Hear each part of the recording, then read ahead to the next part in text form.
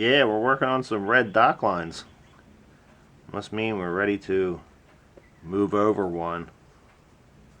Gotta tell you though, this poly core line, it's a little tough to get burned over, but glad I got this thing. Alright, lifers, we're gonna give you a little behind the scenes here. If you've watched our videos in the past, I'm sure you have seen what I refer to as the $1 million shelf. And the reason I call it that is because we actually built it so it can hold motor parts. And of course they're heavy, so we need good solid shelving. Took almost 2 days to get the thing done. It's amazing. I just got typical stuff, you know, like house stuff at the top and boxes of hoses here and more house stuff over here. But it's deceptive. I mean, I'm sure it looks like a hodgepodge of junk, but it's actually controlled chaos. One of the most expensive, well, yeah, I'm sure it is the most expensive shelf in our house. Not necessarily because of its resale value, but what's on it. I mean, deceptively under here, there's a Volvo 280 complete, ready to drop on a boat, all the way down to the Solus 23 pitch prop. Another half of a Volvo there. Got these Mercruiser parts for the Donzi. Under that plastic right there, there's a 454 that matches the one that's in the Biesmeyer. Second one that came out of the race boat. It's also about 9 carburetors right here. They're not the right size, not marine, not this, not that. I mean, you buy a motor, you end up with a nice carburetor usually. The last motor we bought, we actually got one. The guy at the yard that was loading it up was like, I don't know who screwed up, man. They should have took that carburetor off. And I'm like, dude, are you really going to do this now? And he was like, and he kind of hung his head in shame and said, no. Stuck it on a truck and stomped away. But there's a reason why I'm here. Back here, of course, in the back, is something else we saved from that 427 we actually just brought up. There's a set of large oval port heads that I didn't have the heart to actually give away to a guy. I told him if he shows up, I'll give him 2 sets of heads. I had 5 peanut port heads, and I had these 2 guys, and I gave them all the peanut port heads, and I was not giving them up on this. But apparently out there's somebody who wants them more than I do. So now I actually have to get them out. It's a lot of work.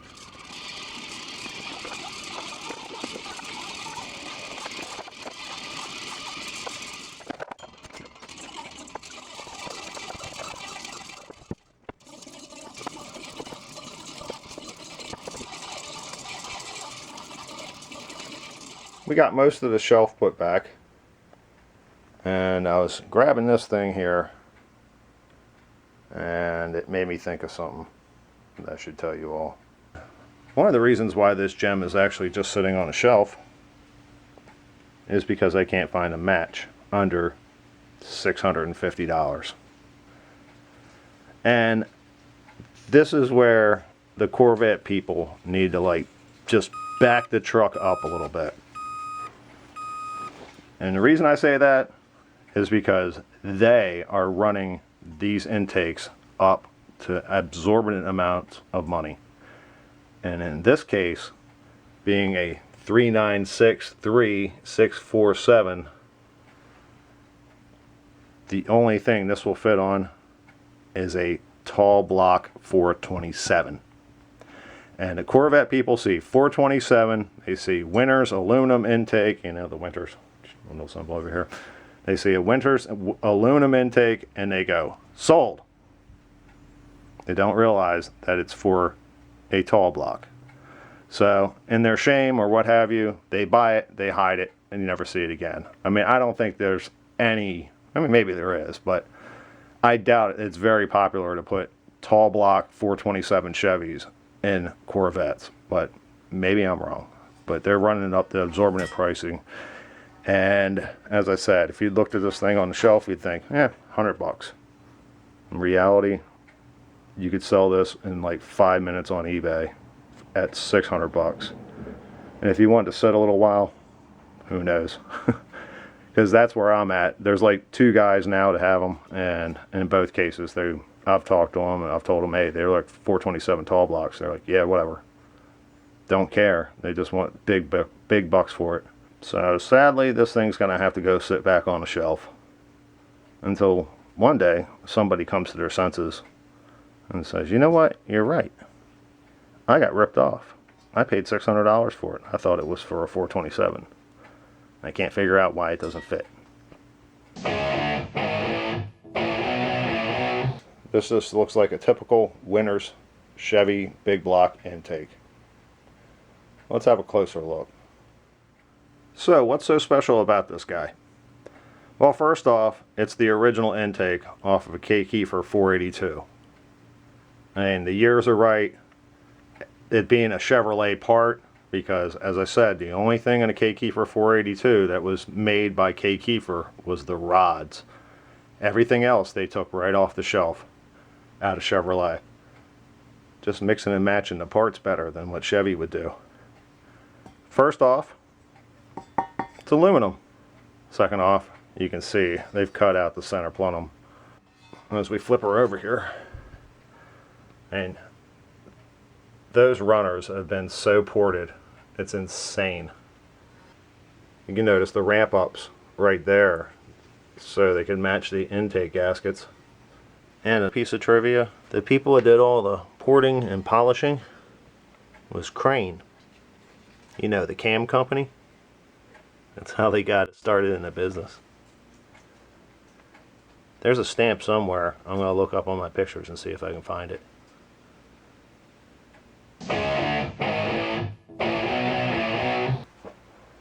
But this was our goal. Get these heads out. Like I said, they're 427 heads. God, they look good. They look real good. And these are just directly right off the motor. So they're nice and clean. 049s, which are the big oval runners. Told the guy he could have the set for 300 bucks. I think I gave him a good deal. And when that sale goes through for the heads, I should be officially in the green with the motor. And I'm saying the original 427, not what I did to it, but the original motor that I bought off of, I believe it was eBay or Craigslist, something like that, in New Jersey. If there's really just one thing I could convey, and I've run across this in the past trying to buy boats and such, you know, you all have to really look at yourselves and say, am I going to do this? Am I going to actually fix this? Or am I actually going to rebuild this? Did I buy an intake for a car that I haven't even bought yet and it's been there for 12 years? If you don't have a use for it, it's time to let it move on and let somebody else enjoy it. I mean, it really is. I'm not saying give your stuff away.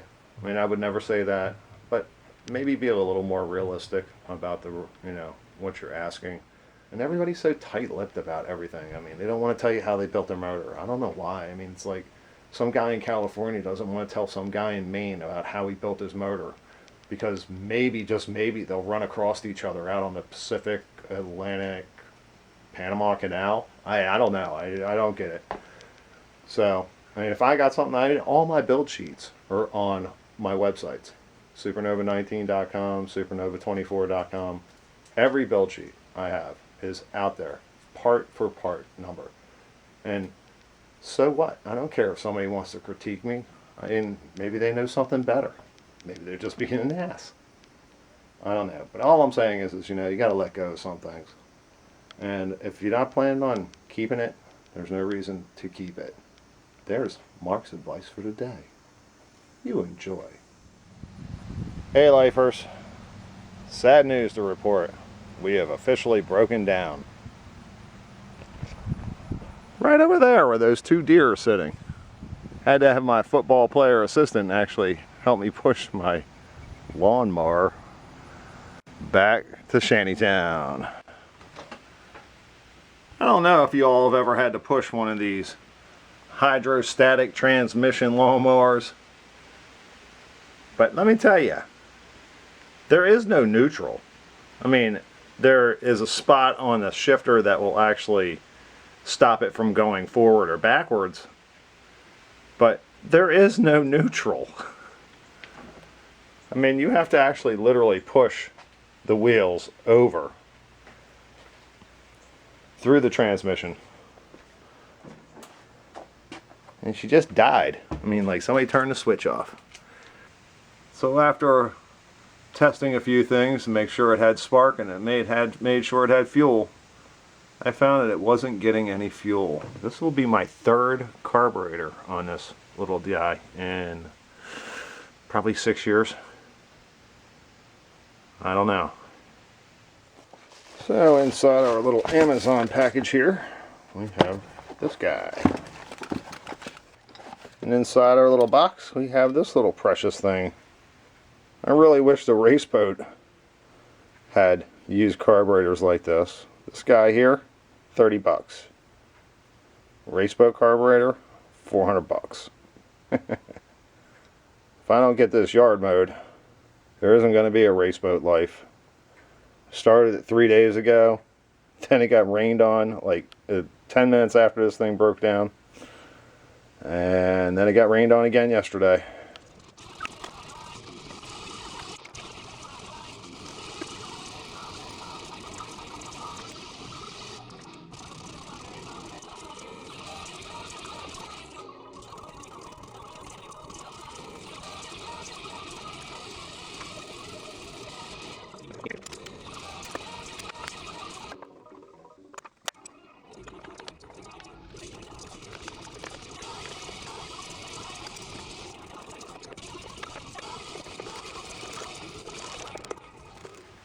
Okay, folks, let's give this a try.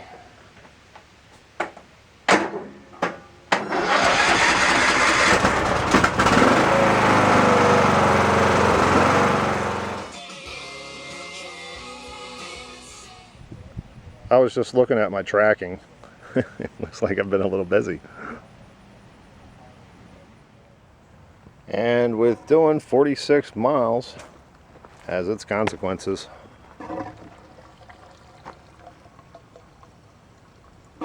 It's like every girdle is like $1.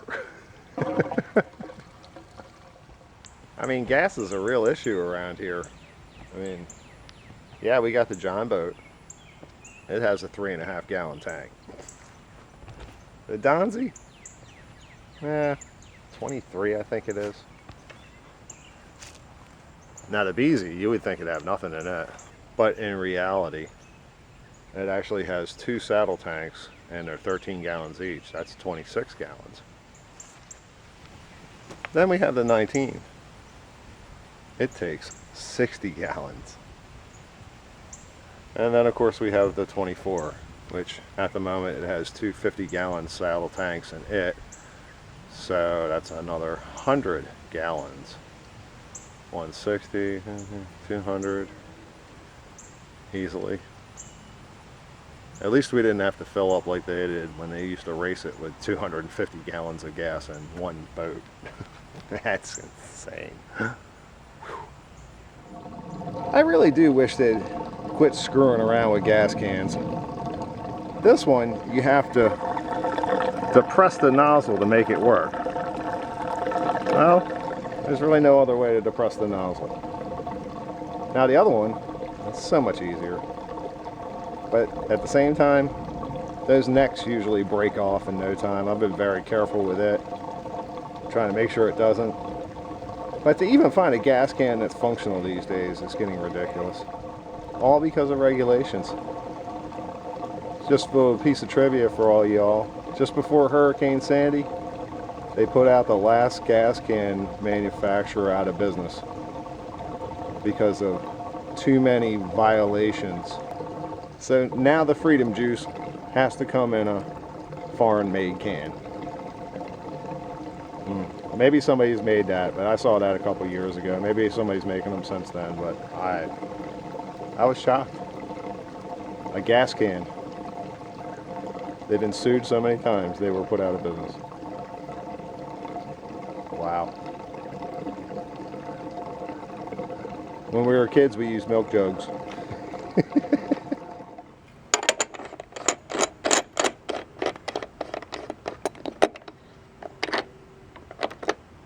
God, I love that thing. So much easier than the other ones you put the forks in and all that crap. It looks just like it, but off it pops. But looking at our two gas cans here, and look at this and I say, you know, these were great. These really were. I mean, they work great, except for they get brittle over time, and you end up with like a big chunk of this usually in your gas fill. This one also has its benefits. I mean, except for it came with these little plastic clips on that catch on to stuff. So, because it has to be depressed before it lets fuel out. And it actually, this one will actually empty faster than this one. But like I said, you have to keep this depressed the whole time. And that can be a pain. And also, because of these clips, they've actually broken off over the years, and who knows where they've gone. So they both got their drawbacks. Man, the good old days with the metal necks, that's the way. Another issue about this one is, until you actually take all the safety features off, which I've actually sanded them down to make them that smooth, see how this band comes around? It would catch whether you were taking off or on, and actually pull this band up over top of it and close the lid at the same time and be able to turn it was a major pain. Another issue with this one is you actually have to take this piece out, slide it in, and then take this cap. But not only this cap, but you also have to have this cap, which does not stay attached to this at all, and it goes up inside this one and then goes on. The problem is this cap can be separate. It usually is in another location, and a lot of times you don't have a clue where that location is.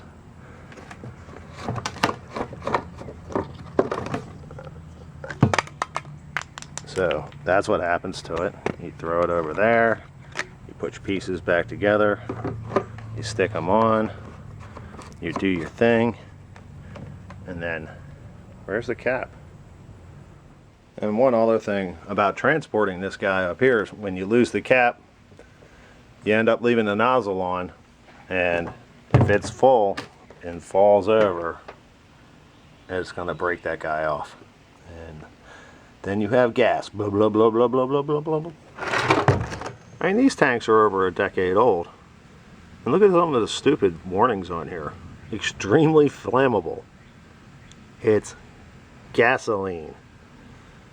I mean, keep out of reach of children. Never use gas to start a fire. Why would they ever need to put that on a gas can? Except for BS lawsuits. I mean, it's just keep away from flame or pilot lights or stoves or heaters. You put a 5-gallon can of gas next to your heater and you catch fire? I don't know, I think that's Darwin's theory, isn't it? So there's the end of our review, not that you asked for it, of my 2 old gas cans. But the real story about them is they're empty and they need to be refilled again. We figure we got about, I don't know, 20 gallons in a 19. That should give us about a third of a tank. I don't like keeping much more than that. I mean, it's just, you never know when it's going to sit and why you leave it sit full of gas. But we don't go without gas often, so these need to be filled as soon as somebody goes past the gas station.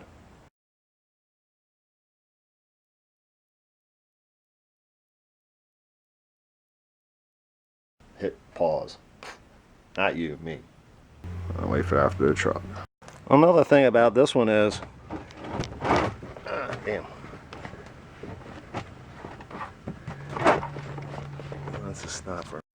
Looking at it right now is because, oh man, I thought about this all this time and still screwed it up. If you've watched our videos in the past, I'm sure you've seen what I refer to. If you've watched our videos in the past, I'm sure you've seen our and another piece of trivia, the people that did all the portishing. So darling. My God, that's a scary looking bug. Hold on a second, I'm gonna see if I can get a picture of this guy. And he don't even care. Oh no, man. That's a scary looking dog there. I ain't even gonna crush him. Just let him go and do his thing. I mean, I wish I could convey. This ain't working. Plus, I'm looking at the sky. But in reality, I think it's 22. What are you doing, Dragonfly? They're always trying to cut in on the scene. Okay, let's see if I can actually do this.